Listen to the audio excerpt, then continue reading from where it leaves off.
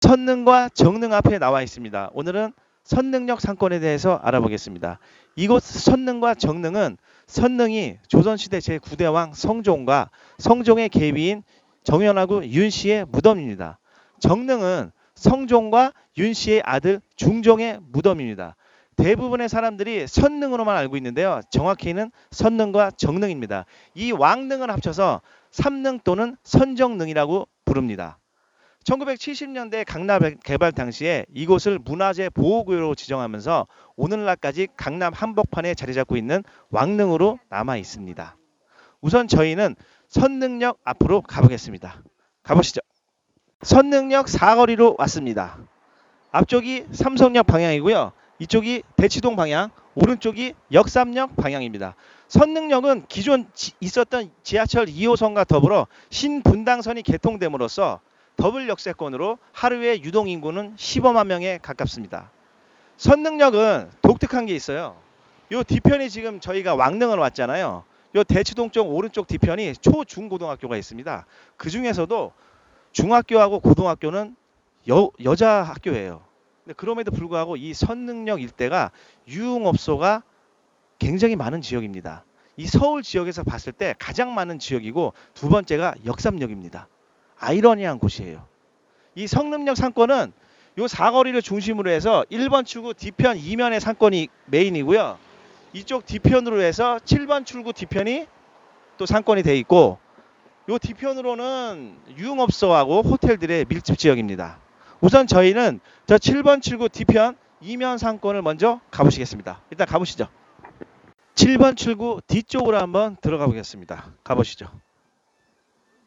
이 선능역 일대가 테헤란로를 중심으로 봤을 때는 주로 이제 1층의 업종들이 은행들이 되게 많아요. 거의 많고 커피숍 일부 있고 패스트푸드 일부를 제외하고는 거의 금융사 위주로 단순하게 되어 있습니다.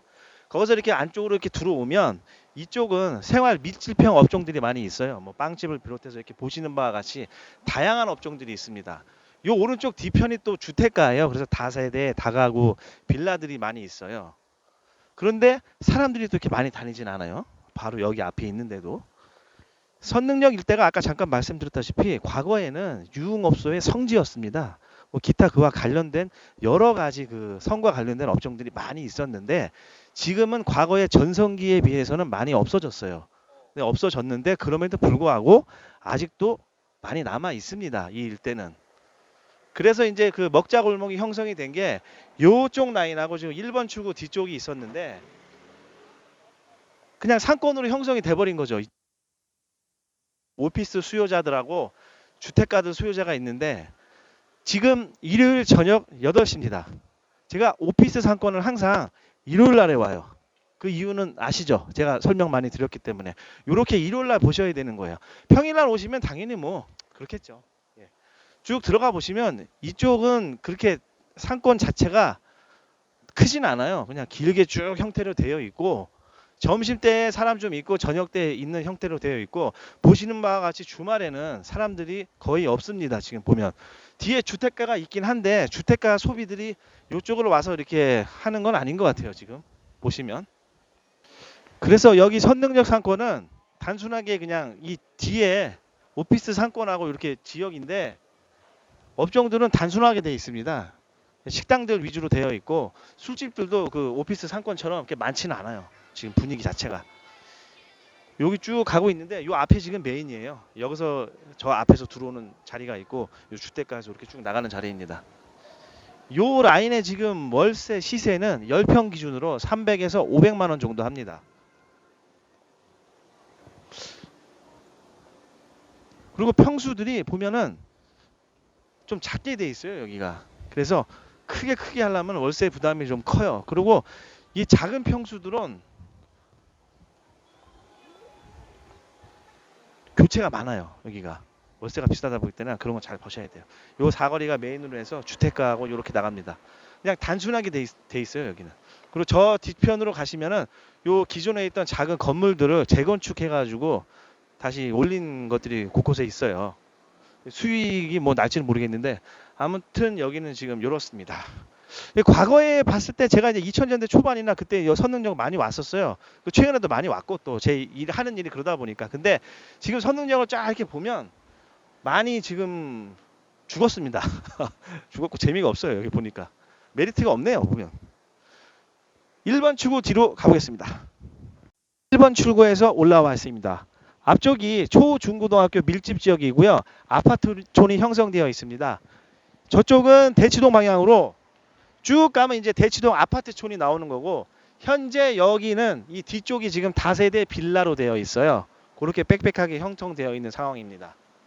쭉 보시면 오른쪽 건물들은 예전 구건물들로 평수들이 보통 보면 이렇게 되어 있습니다.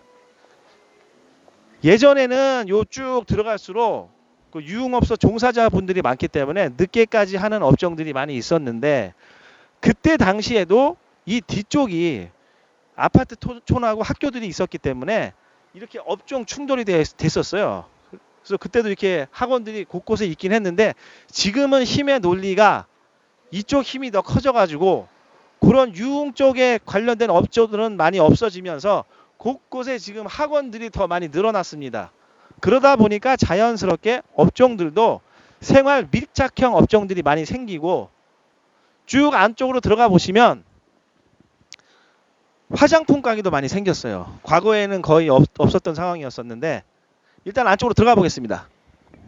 맞습니다. 보시다시피 이렇게 화장품 업종하고 옷가게 뭐 이렇게 막 들어섰어요.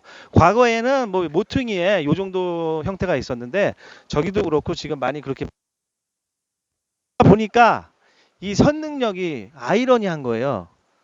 제가 모두에 말씀드렸다시피 능도 있고 이렇게 학교들이 있는데 유흥업소 최대 밀집 지역이었어요. 그때는 상권이 시간까지 막 늦게까지 막 사람이 있었는데, 이렇게 바뀌다 보니까 상권이 죽었단 말이 이제 나오는 거예요.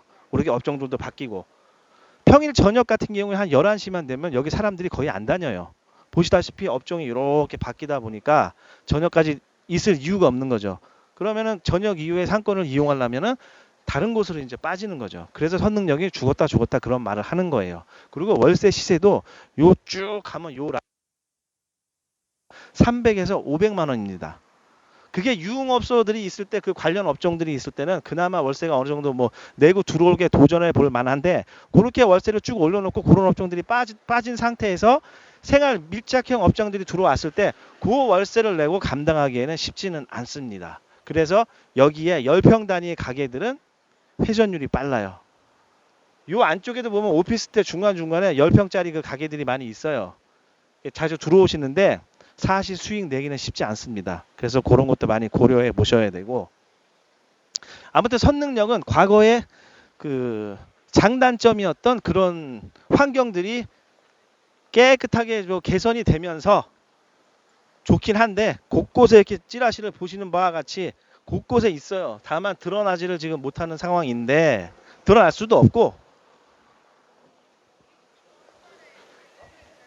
음식점들이 이제 그렇게 되다 보니까 저녁 늦게까지 이제 매출이 안 나오다 보니까 한계가 있잖아요. 그러면은 이렇게 다른 방법을 모색하게 되는데, 그 대안으로 이제 할 수 있는 게 배달을 시작하게 되는 거예요.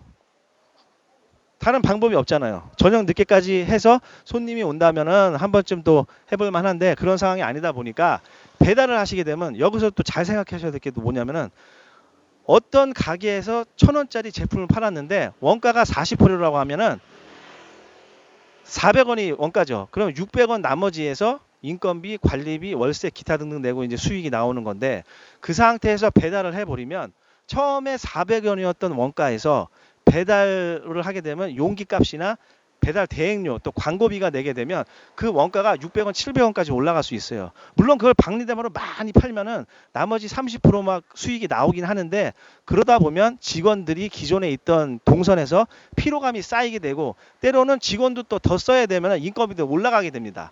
그러면 나중에 딜레마에 빠져요. 이걸 계속 가야 되냐 말아야 되냐. 그러니까 그런 상황이 올 수 있기 때문에 그런 거는 시뮬레이션을 잘 해보셔야 되고, 주변에 그걸 먼저 하셨던 분들하고 가서 물어보세요. 대놓고 그냥 부탁 좀 한다고 그래서 충분하게 상의를 해보고 생각을 한 다음에 시도를 해보셔야 됩니다. 네, 그런 점을 좀 참고해 줬으면 좋겠습니다. 오늘은 이렇게 선능력을 쭉 봤는데요. 선능력은 자꾸 제가 똑같은 말 반복하는데 그런 그 유흥 관련된 거가 없어지면서 이렇게 상권이 죽었단 말이 나오는 겁니다. 지금. 예. 오늘은 여기서 마치고요. 다음 편에는 삼성역으로 한번 가보겠습니다. 예, 마치겠습니다. 감사합니다.